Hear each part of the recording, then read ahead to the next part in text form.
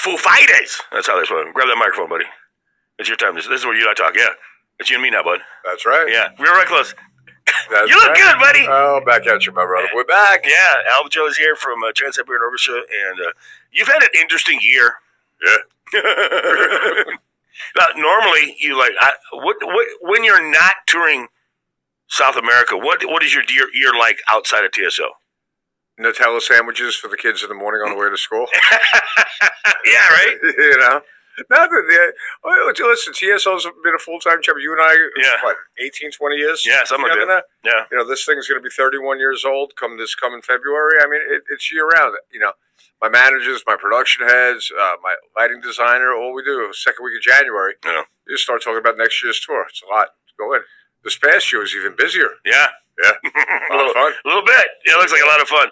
I walked in last week. I don't remember what day it was I stopped by. You were up on stage, Command and Orders, right? And I can't talk about the stage. Although different though, right? I promise you. You said it was going to be different. Everything's different, dude. I've never seen a stage in that building go from bleacher to bleacher. Yeah.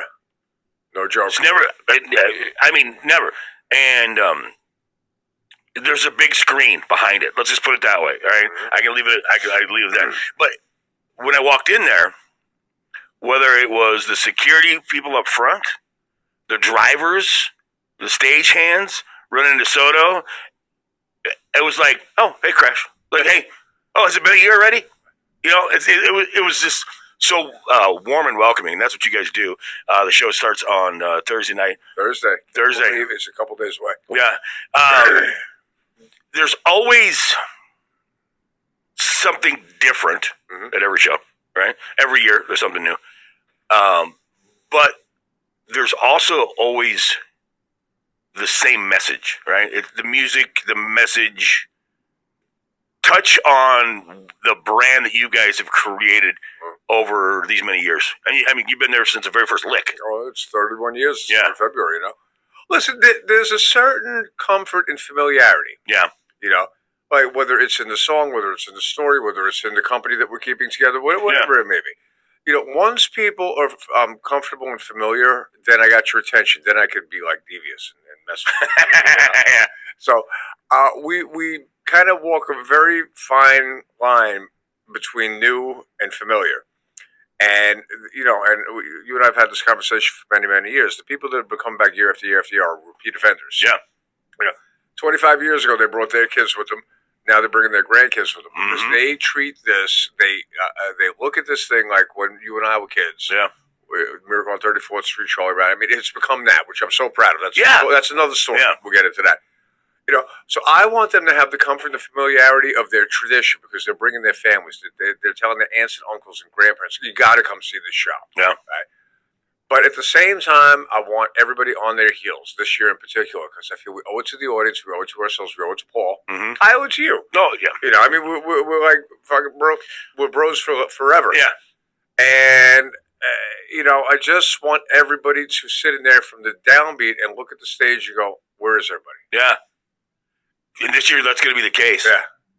Because even though the stage changes every year, there's a certain familiarity of where you guys are located on that stage. Yeah, not in the same places. Yeah. And it's making everybody in the band a little awkward and uncomfortable. That was what I was going to ask you. Because you're always looking at, like, okay, you know, to look here for this cue, this here for this cue, right? And granted, the dudes that you've been playing, dudettes that you've been playing with, you've had the same core.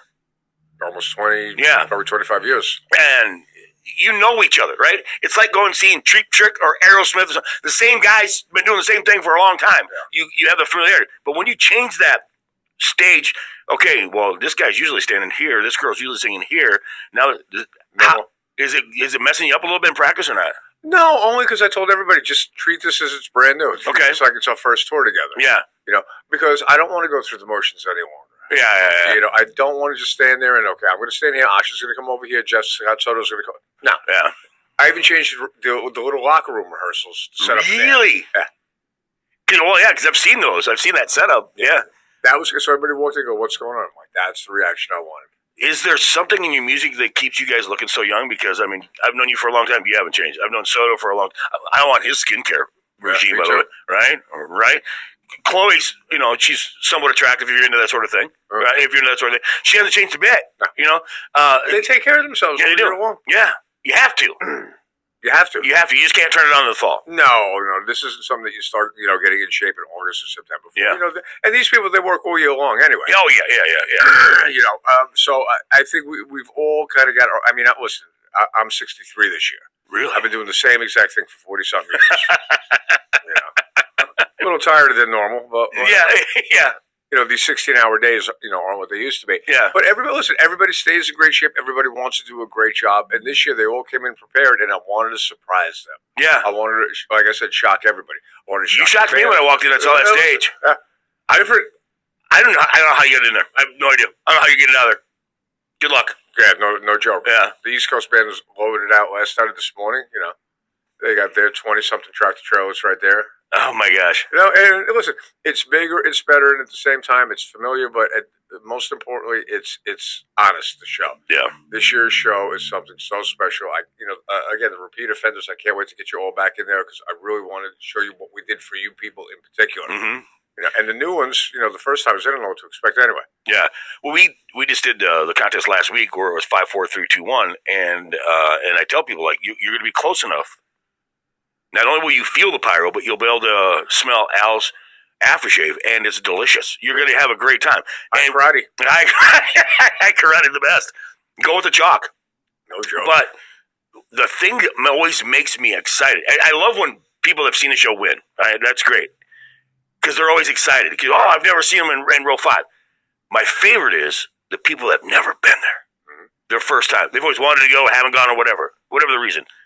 Because they will become your next repeat offenders. Nobody just goes once and says, you don't just go once and say, nah, this isn't for me. That's not how it works, right?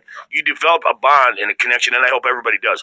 And, one of the things that you guys have always had is a traveling family. Right, from Paul, and it goes back to what you created and Paul created and everybody involved with it, and Kenny and Adam and the whole crew. Paul used to say this all the time. You vote, and you still say this. TSO is bigger than one person, right? Yes, you guys are the mainstream, but this will go on. This legacy is going to be created to continue after you guys have moved on.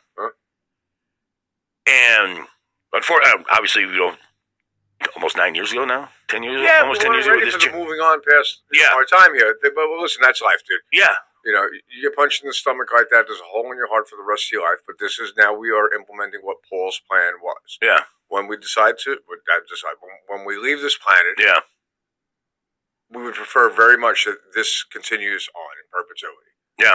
I want, I got my grandchildren now, great grandchildren one day. Yeah. Whether I'm here or not, it doesn't matter. Yeah. But I want to leave something behind that they can say, hey, that was cool. One of the things that you guys always do. Well, first of all, you always have a lot of the mainstays have been there forever, whether it's east or west or whatever.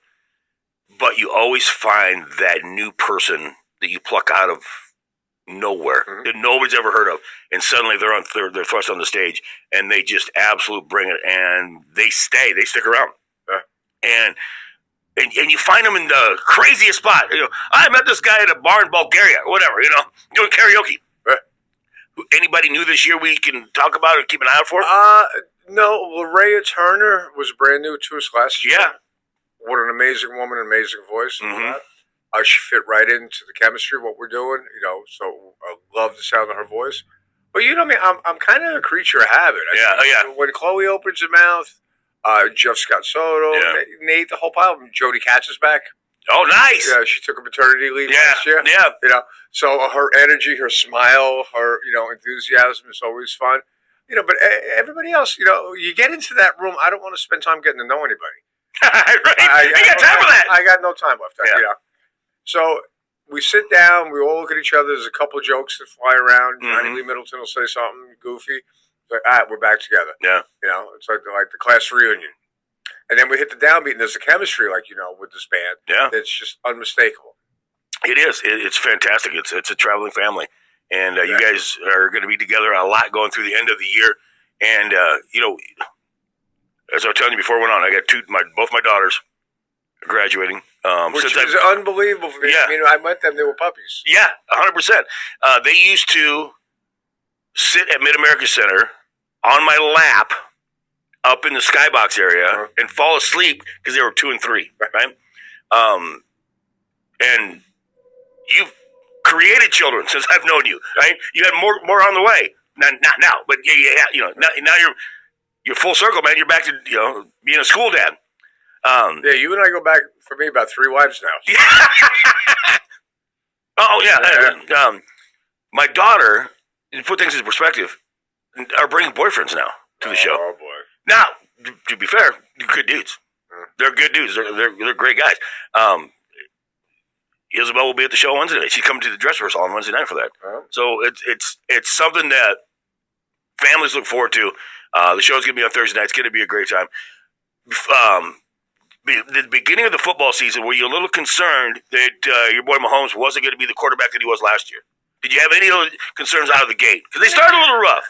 Yeah, but they didn't. They weren't all healthy. Everybody wasn't there.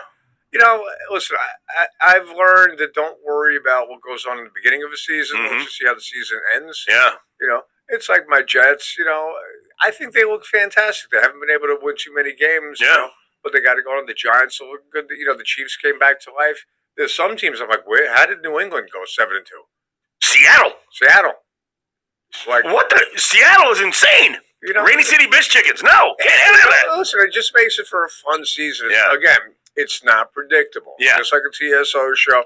Like this season, I would have thought for sure what was going to go on, and I'm surprised and I'm shocked, and it makes me more intrigued. Yeah. So there's one thing that I can talk about, right? Because one thing that's not there, it's a big flaming thing that's in the back. There's a different flaming thing in the back, but the old flaming thing is, and I told Kenny, I said, look, if you guys don't want to pay storage, I have the TSO music box that runs all my Christmas lights. Yeah. I could hook that to my thing in my yard. I could have some pyro in my yard. I'm here for you guys. I want to help. I know times are tough everywhere. I want to take that rent off your plate. I'll just put that in my yard. There you go. I mean, I'm a helper. Just make sure State Farm is on the page. Somebody better be on my side. Somebody be on your page. Find out more information about Transit Barrett Orchestra online at 1019thekeg.com. The show is Thursday night. Tickets are available at Mid-America Center. Al, dude, it is always a pleasure to see you. Hey, had Mick kick you in the face yet? No, I haven't even been able to get to see him.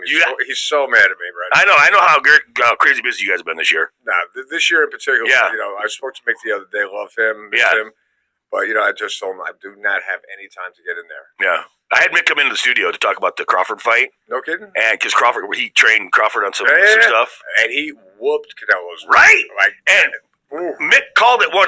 He goes, here's what's going to happen. Bop, bop, bop, bop, bop, bop. I mean, Mick is a world champion, so he knows what he's doing. Yeah, he knows what he's doing. But yeah, great stuff, my friend. I will see you later on this week. Al Pitrelli, Transit Barrett Orchestra. More online, 1019thekeg.com.